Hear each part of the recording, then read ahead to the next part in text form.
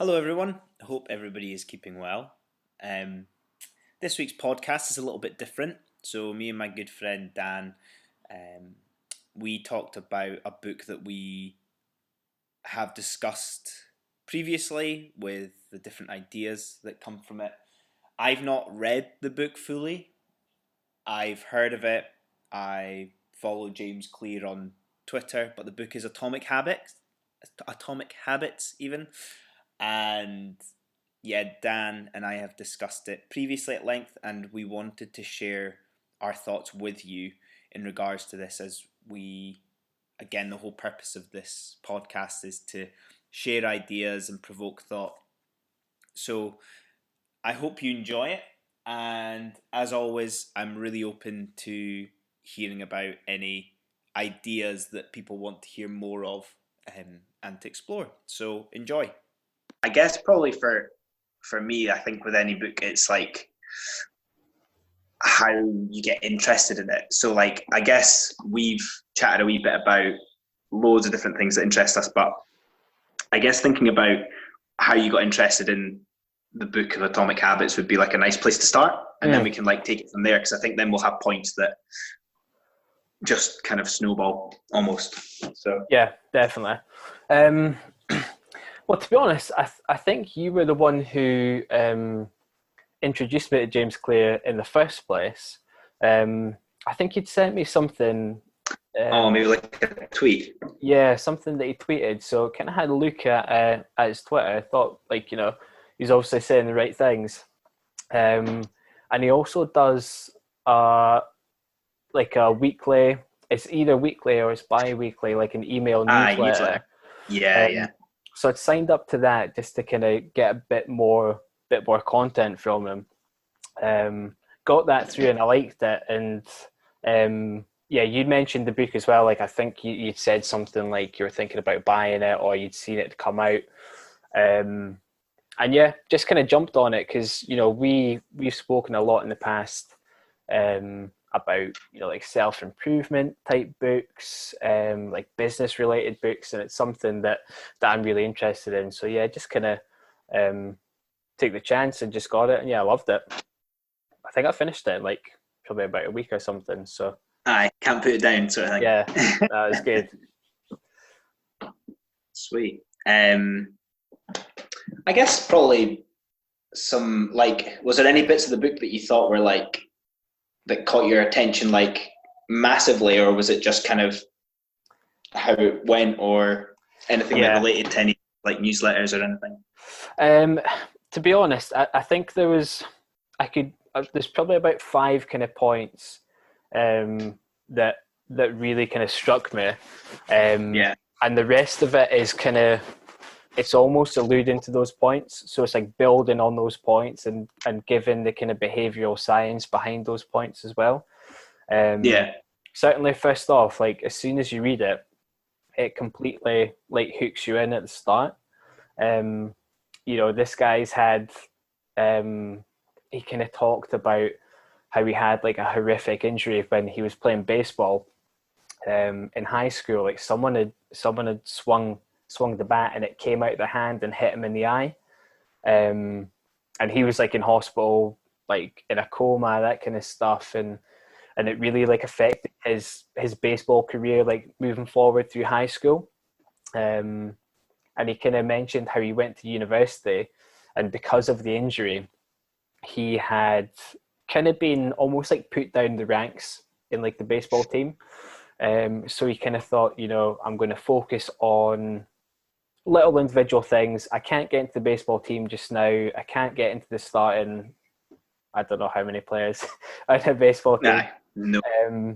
He's like, I can't do that. So I'm going to focus on kind of small things I can control. So he mentioned things like, when people were like staying up late and playing video games, like he'd be building really good sleep habits. He mentioned that his dorms were like filthy, so he'd always be really conscious about building habits to keep it clean. And basically, those habits, I think, compounded to the point where he eventually got into the baseball team. He was getting like straight A's and stuff. He got a number of kind of accolades through both the baseball team and through his university, and he kind of mentioned that the experience taught him that, you know, small, unimportant, or what might be perceived as small and unimportant tasks to start with, Yeah. Can compound if you're really willing to stick with them for years. And that was just like a nice kind of like motivational start to the book. You know, if he's been through this like horrific injury and he can come out the other side, and kind of prosper with it, then that, I think that kind of hooked me, to be honest. Good start. Was it a point where he says, in like when he's going through this journey, that he started to realize that the habits was the thing that was making him successful, or was he doing it because he thought like, this is the right thing to do, nobody else is doing it, so I'm going to try it? Or what does he say about that? Because I'd be quite interested to, because I think it's something that, like you said, he said you stick with for years, and it's like, that's ultimately the toughest thing. And you know, did he realize that he would have to stick at it for years to begin with, or did he just start off like just testing it out? Or I think what he kind of speaks about is that, you know, he'd had this injury and it had been like a massive kind of it had caused a big kind of drop in his confidence. So he kind of looked at it from the sense of, you know, these are small things, but it's things that I can control in my life, and it's things that can give me confidence. I don't necessarily think he thought at the time that they would amount to anything. But he says kind of later in the book as well, that, you know, these small changes aren't things that are even noticeable in the short term, but it could take like 2, 3, 4, 5 years before you can look back and really attribute those changes to where you are now. So I think that's probably what he was getting at with that. It was almost in hindsight he realized that that had contributed to success. Yeah, and how did he? I know it might sound like a daft question, but like, how did he know what he was doing was right? You know, like, obviously it might feel right, or like the right thing to do because nobody else is doing it, like with the gaming and stuff like that. But like, he's not 100% sure that's the right thing to do and what that success is going to look like. If that makes sense. Yeah. I don't know. To be honest, like, my personal kind of thoughts on that are, it probably comes down to your personality.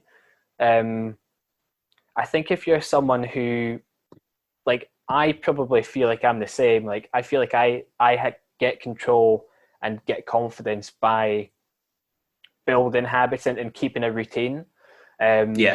And I think it was probably the same with him, to be honest. I don't think he would have thought at the time necessarily that it was the right thing to do. I think it probably would have just been, that's just how he operated, and that's just how he structured his life.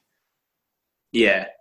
And I think, like, does he do any research on these habits, or did he do any research on these habits as he was doing them? It might have been a long time ago, but say, for example, you know, you were talking about your running earlier, and, you know, you instinctively thought that running 5Ks was the best thing to do. You know, you felt good, you saw quick improvements. Therefore, if I keep running 5K, I'm going to get better. And that could really be relatable to Atomic Habits. And only because you went and did research and talked to someone who was an expert in that area, have you learned, you've adapted to make your habit better, etc.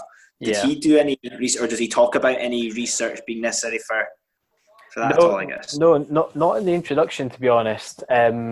Like I said, it was, I think it's probably more attributed just to his personality.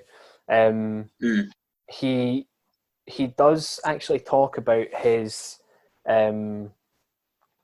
his email list, and he'd just done it just because it was something that interested him. And he didn't realize that he was turning into a writer just from doing it. He had X amount of subscribers, and I think he got up to a stage where he had something like 200,000 subscribers, and he realized, like, you know, like, I've got an audience here. Yeah. So I think it's probably something he just did, and then realized later without the research. And then once he got it, he looked into it and realized, you know, there's kind of laws of behavior change that he could attribute to things that he did in terms of making his habits obvious, making it attractive, making it satisfying. So I think the research came further down the line. And to start with, it was just a habitual thing to do, to be honest. Yeah, and I guess probably like learns from all those newsletters week on week, you know, from what an impact, right? That worked, so I'll build on that and go deeper on that, etc. as well. Yeah, exactly. And I think it's as well, like, obviously, you know, the example with your running, and, you know, the example with his newsletter. And when you go for something, like you have a goal that you're working towards, you have habits that go towards that, you ultimately, even if that doesn't end up being the thing you want to do, you still get closer to what you want to be at. So like he said, he didn't know that he wanted to be a writer, but that him doing that will have ended up taking him closer to becoming that. Oh, absolutely. Yeah. And it was just, he just mentioned that he was consistent with it. And he realized, you know, he's got this massive audience. There's people out there who want to listen to him. And he became a writer without realizing. I can't remember what he said he did before. But yeah, sounds like it just kind of took off. And obviously people were interested. And I think this book as well I think it's a New York Times bestseller. Like they've sold like 2 million copies. So he's done well out of it. Yeah. Without realizing to start with that he actually was a writer. So yeah. No, that's class. And something that you touched on earlier that I was actually going to ask about as well is that element of compounding. Does he talk much about that element in the book? Because the more that I like hear that word, the more I tend to see it in every part of life, if that makes sense. Yeah, he does mention compounding a lot in the book. There's something at the end. I think I've kind of spoken to you about it before. I'd maybe sent you a screenshot. I read it and I was like, yeah, that's class. Because he talks about kind of the secret that habit change isn't just like 1% improvements once. It's like 1% improvement thousands of times. And there's something, I took the quote out of the book actually. He kind of mentioned that, you know, as you gradually build and layer these small changes, they do compound. And he likened it to adding a grain of sand to like a positive side of a scale. And the more you add in terms of changes and habits, the more the scales will tilt in your favor. So when you stick with it, you'll hit a tipping point, and habits are just easier to stick to. And they're easier to kind of create new ones as well. So he mentions that the way the system does end up working for you rather than against you. And that's how you make real change, by compounding these small habits. So, say for example, is there any other examples that stand out in the book, like real life examples that stand out in the book that maybe relate to that point? Like, I know we've talked a wee bit about exercise, but there might be, like, if there's anything else, like that tiny grain of sand, you know, day in, day out, adding to that, so that ultimately, and we've talked about it already, in that sense of control, but you've created control over, say, days, weeks, months, years, so that you don't have to be so in control that it's automatic control. Yeah, exactly. I think probably the key kind of example that stands out to me is that of the British cycling team. I don't know if you've read up much about it. So aware of like marginal gains element. Yeah, exactly. That's what he talks about. So I think it was in 2003, and he talks about the change in fortune of the British cycling team. So since like 1908, the British cycling team had only won one gold medal at the Olympics, and no one had something like 110 years. No British cyclist had won the Tour de France. So they hired this guy called Dave Brailsford. Dave Brailsford is their performance director. And he introduced this kind of theory or concept that he called the aggregation of marginal gains, which is essentially, it's the philosophy of looking for tiny margins of improvement, like in anything that you do. So, a kind of real life example of what they did. Obviously, a cycling team, you would probably start off by looking at the bike. Like, what can you do to the bike? Like redesigning the seat, like putting alcohol on the tires, like to give better grip.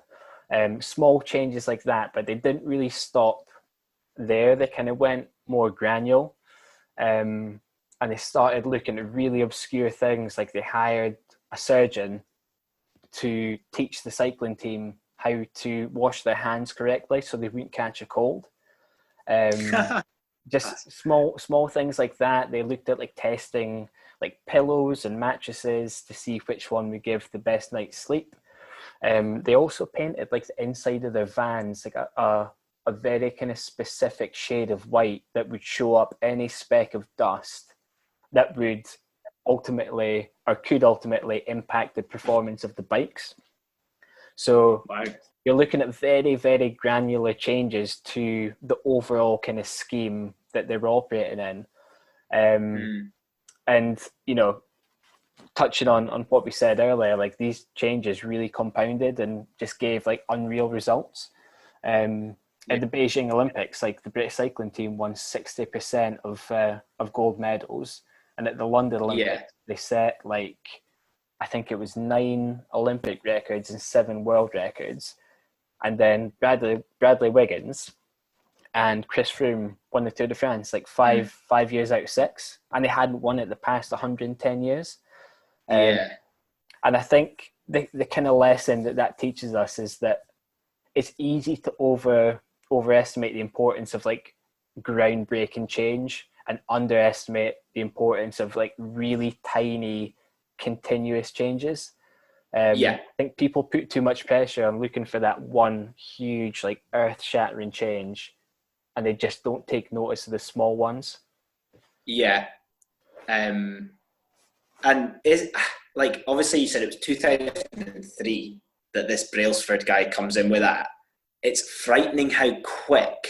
Like if you think, some people will think it takes decades of, and it sometimes does, you know, you think of the journey of a footballer, for example, and it is years and, you know, lots of different things that can contribute to that. But like the fact that in, you know, 5 years he can make that impact, but crazy, isn't it?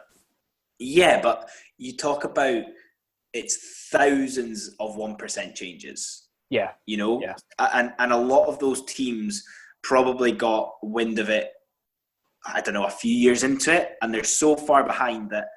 And again, if they're so far behind of all these changes, but also they maybe don't do as many changes, like, of course they're never going to stand a chance of that as well. So, I think that was definitely the one, because I'd heard about it before, like the whole marginal gains thing, the aggregation of marginal gains. And I found it really interesting. And I think just like practically, just that, like at a practical level, that feeling that you're constantly improving, that's got to feed into the like not only the performance of the team, but just the mindset of the team as well.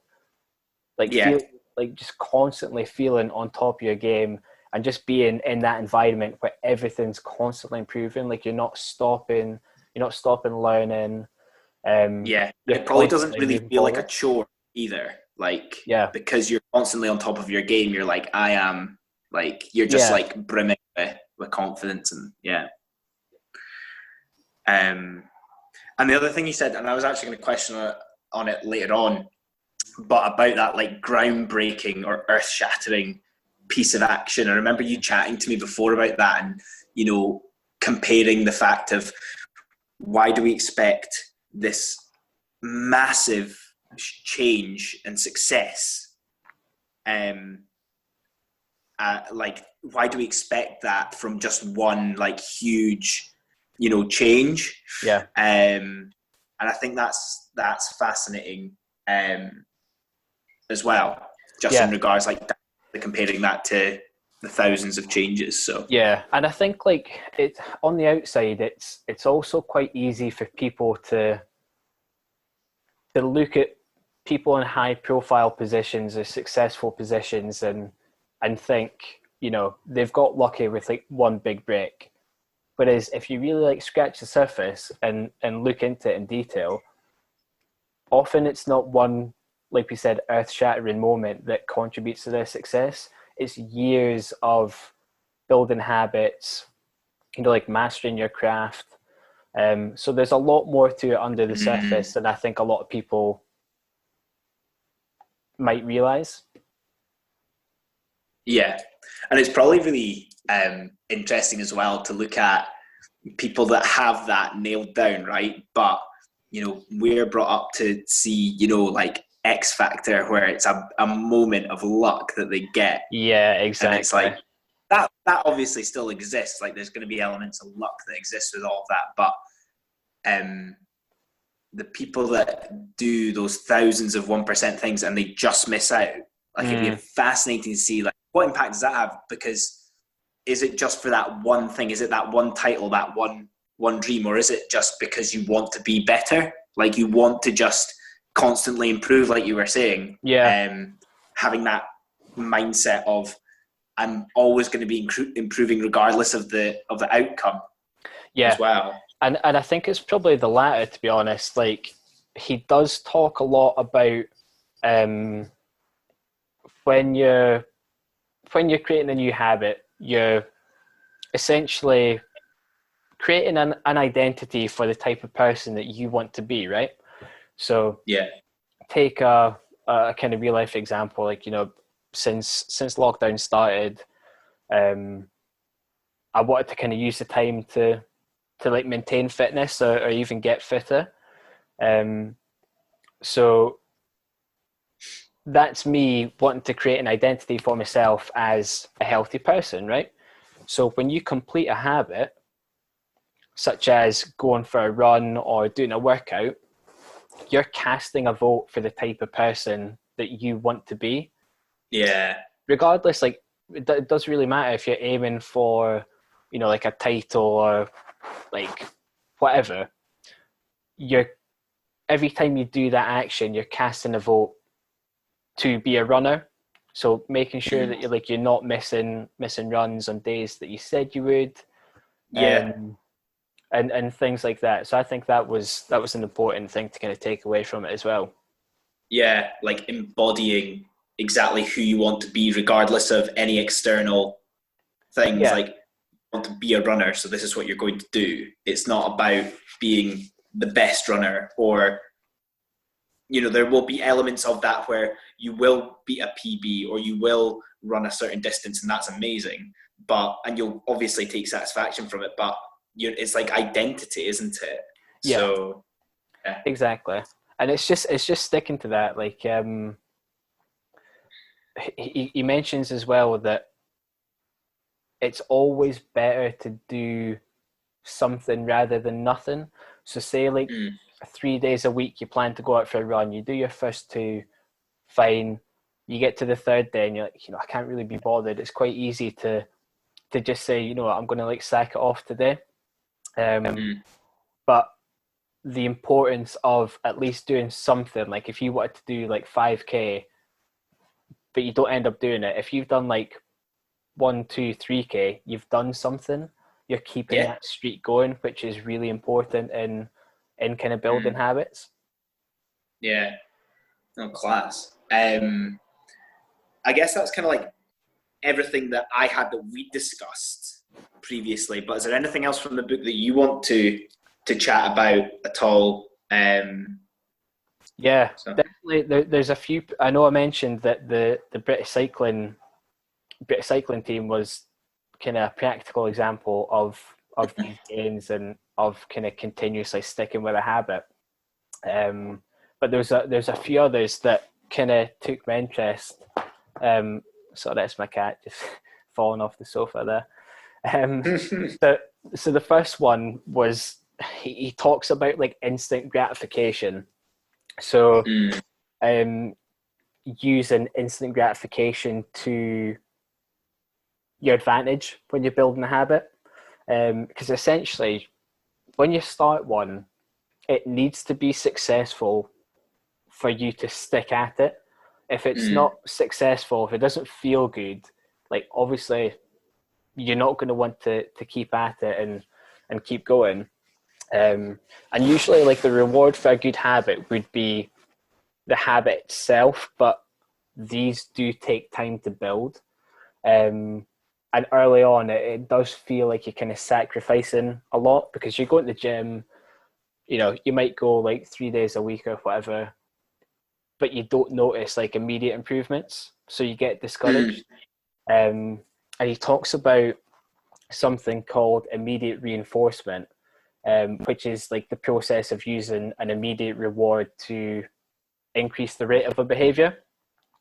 And he said it's really good for habits that you want to avoid, like impulse buying. For example, like if you've got an issue, like you look online and you see a jacket or something that you like, and it costs, I don't know, like 50 quid or whatever. Normally you would impulse buy, you would buy it, but you're trying to build a habit to not do that anymore. But when you're doing that, essentially like all you're really doing is just resisting temptation, which doesn't feel good.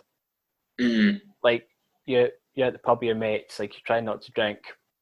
Everyone else has got a pint and you're resisting it. It feels crap. But he said one way to kind of counteract that is to flip the situation on its head, and kind of make the habit visible, and get gratification from the visible side of the habit. So one way of doing that would be to create like a savings account in your bank. So every time like you don't impulse buy or you don't have a pint at the pub, like if you're trying to like cut down on your drinking and stuff, you put the money that you would have spent on that particular item into a savings account. So the immediate reward here is kind of seeing yourself save money, and it ends up feeling a lot better than just resisting temptation and depriving yourself of the original habit. Because you know you make it enjoyable to do nothing, and you build a good habit in the process. So I thought that was something that was really interesting, and it's something that you can kind of like take away from it as well.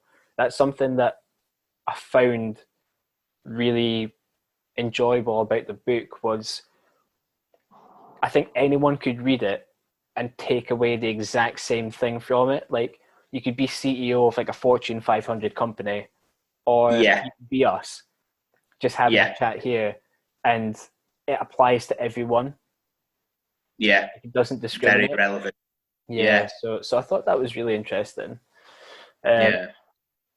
And also, like, this is a really simple one, but I think it's quite powerful. He mentions habit tracking.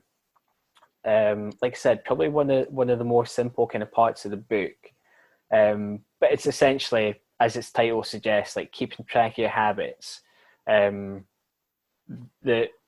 most kind of simple way of doing so would be like crossing off a day in the calendar every time you've completed the habit. But it's powerful because it leverages like multiple laws of behavior change, in that it makes the habit obvious, attractive, and satisfying.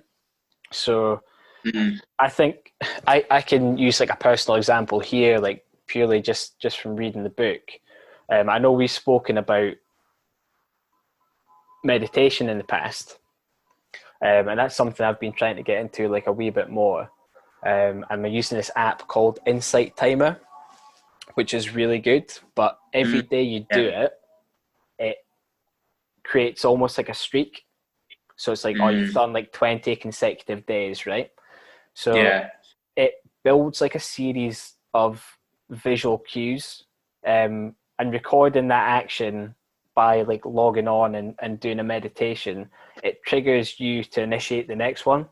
And it's important at the start of a habit as well, because you're not necessarily, like I mentioned earlier, you're not going to see the immediate gains from the habit.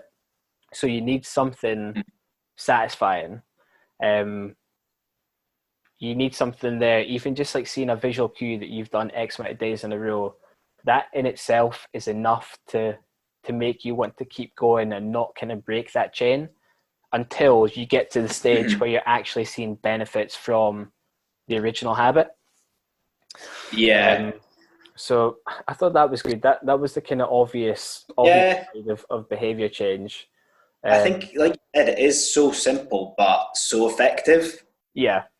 Again, you talk about it being applicable to anyone, and it's such like a stereotypical movie where they're crossing off the calendar, you know? Yeah, it works though. It works. Yeah, yeah, exactly. And I can definitely see early on that being so important until you maybe get to a stage where you don't even need to think about it. It's like getting up and brushing teeth. Do you know what I mean? So yeah. And that's the stage that you want to get to, like with the habits as well that you're building, is like you want it to get to the stage where, like I mentioned earlier, you've added enough grains of sand to the positive side of the scale that it just becomes like second nature, and you don't even think about it. So you've got the system working for you rather than you working against the system, which is what it feels like at the start of building a habit. And also, like doing things like that, it kind of touches on the attractive side of the laws of behavior change, in that the biggest form of motivation is essentially progress, and just tracking a habit shows that you're progressing, and it motivates you to continue down that route as well. Yeah. So yeah, I mean, those were two kind of practical kind of things that I took away from it that I thought could apply to anyone. Like, it doesn't matter what you're doing. Like, you could be trying to eat healthier. Like, you could be trying to learn a language, like learn a new skill. And yeah, applies to everyone. Like anyone can do it. I think you just need to be willing to stick at it and know that it will get to a point where you start to see results. Yeah, and like actually having that awareness of how a habit works is something that, you know, I've never had too much knowledge on, but obviously this is something that goes deep into like how it works and the mechanics of it and things like that. So yeah. No, it's good. It's honestly, I think it's one of my favorite books purely for the fact that you can read it and you can put it down and you can like instantly go away and apply it to everyday life. Yeah. You know, like books we've read in the past and stuff, like 4 Hour Work Week and stuff, which is an amazing book. Like, absolutely love it. Yeah. But some of the lessons, you know, some of the takes time lessons to build and whereas this is just like, you can read it, you can go off, and you can immediately apply it to whatever you want to do. So yeah, honestly, I'd highly recommend it. Class. Yeah. It's on sale just now as well, half price on Amazon. So get commission for this. Does he know you're from? Got my speed dial. I think the only other thing I want to maybe chat a wee bit about is just, I know we've discussed it already, but just that, and I know it's not in the book, but that I think it was Mark Manson tweeted it when I sent it to you, and it was about the, like, say, habits or behaviors or actions that we do having like the biggest change. So what's a tiny thing that can have like a huge change? For example, I feel like crap, so I'm going to go for a run for 20 minutes. Yeah. And the emotional and mental improvement that has for the exchange of what it is, you know, could potentially be rated quite highly. Yeah. But just if there was anything in relation to that has sparked any thoughts or ideas or opinions from you in regards to comparing that to Atomic Habits, like the book. So kind of like examples of things you could do that have like a high reward, like habits with a Yeah, high reward. yeah, or anything that maybe James gave examples of in the book where you can see that little habit having a huge impact, or maybe ones that are a really tough habit and you don't get that much for it. I guess it's kind of talking about the value of those habits. Yeah, I mean, kind of similar to the reward that you get from running. Like, and I think this is quite kind of timely in the sense that we're in lockdown just now. I think meditation, honestly, like we've spoken about it like quite a lot the past like few weeks and stuff. But even just sitting down for like 5 minutes, like you can do it yourself or you can do it on an app, and just sitting down and like noticing your breathing can have such a huge impact on just making you feel grounded and kind of like present in the moment, which I think is something that's probably quite important just now, like I mentioned, in lockdown, because it's a tough time. And I think just taking that time for yourself, and it sounds a bit cheesy, but just like being like aware of yourself can like really improve your mood. I think that's one thing that's probably a high reward, like low effort type habit.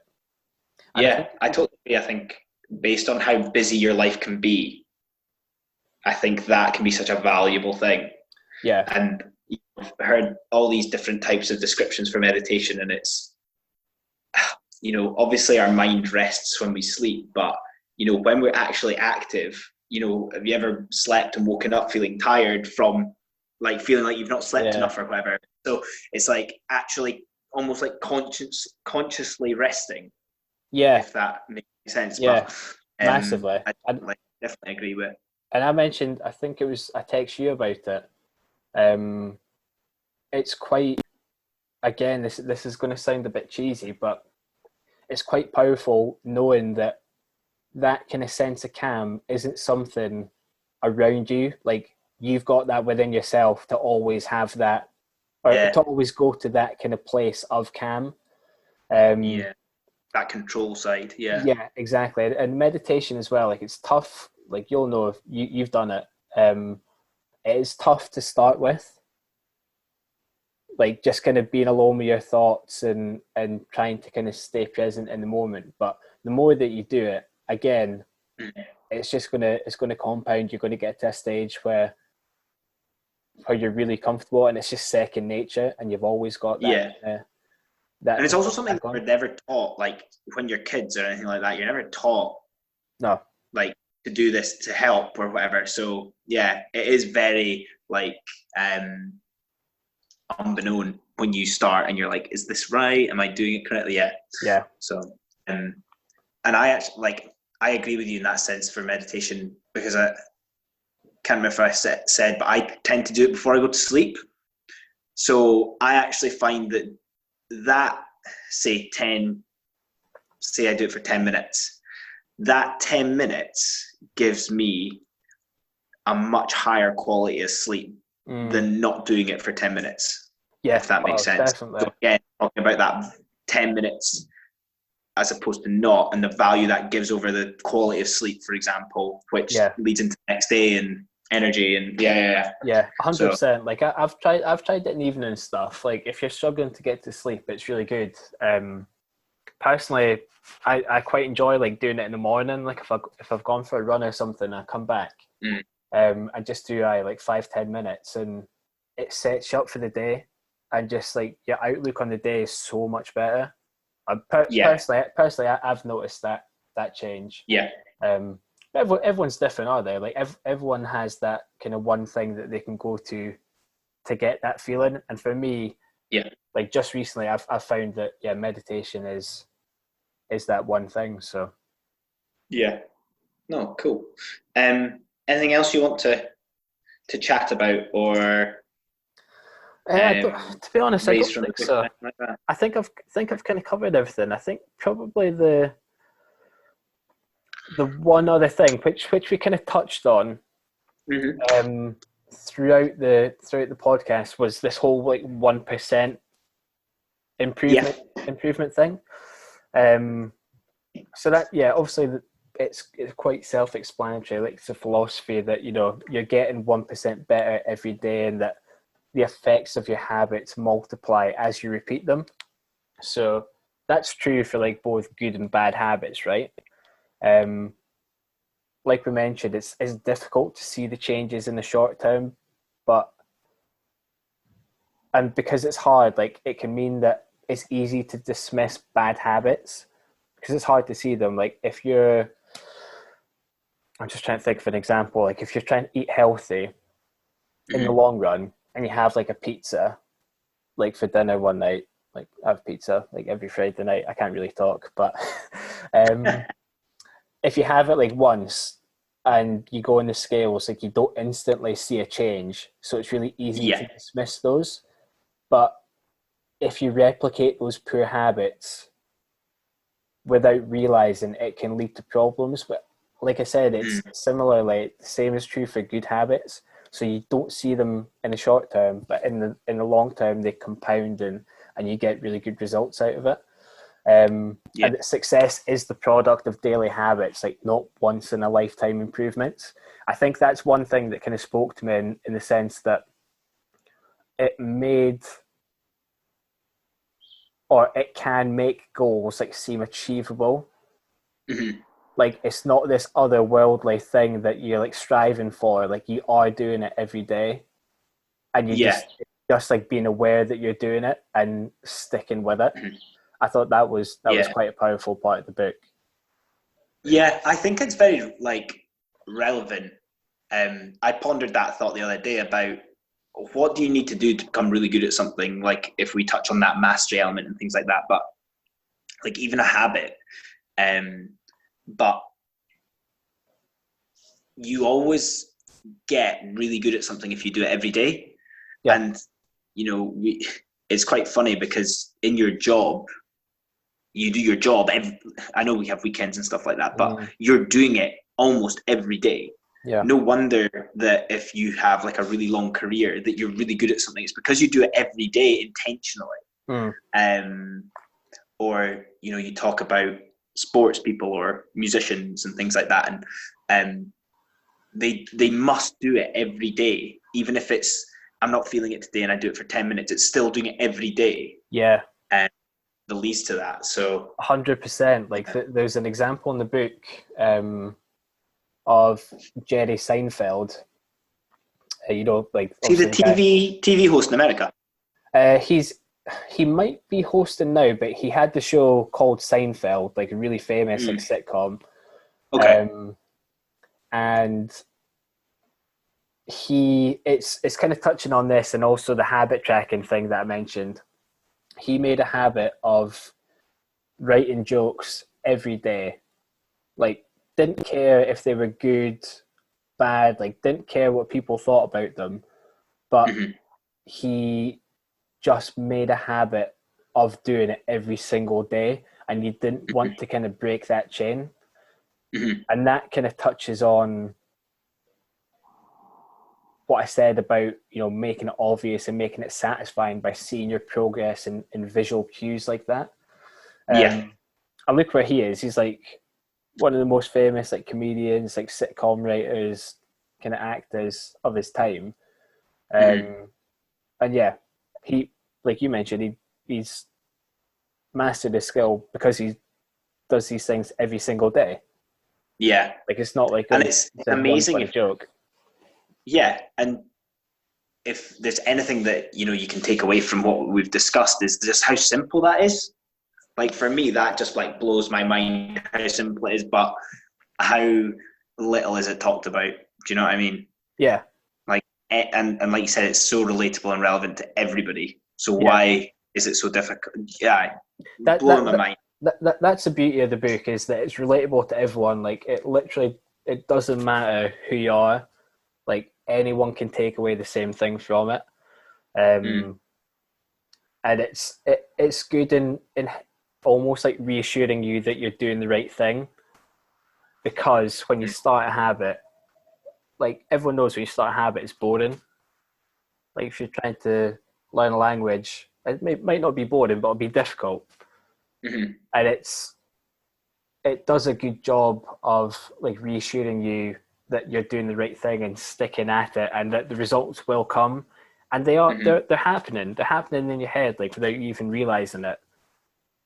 Just need to be consistent and be determined with it, and yeah, the results will eventually come. Yeah, it's class. I think that's a nice point to end on. I think that's been very thought provoking. Am I the first guest on your podcast? On the self-improvement one, yes. Nice. So what an honor. The leadership stuff, I chatted to Jack Burnett and a guy called Dan White, who went to college with but didn't like directly like hang out with him or anything, but we were quite similar on like self-development sort of stuff and business stuff. So but those were good. But again, it's just so thought-provoking, and you know, when it's just a conversation and a bit of back and forth, it's just like, I don't know how long we've been on. That's the beauty of it. Do you know what I mean? And I think we've at least done an hour. Done a solid hour. That's just like, but the thing is, I personally feel that that's something that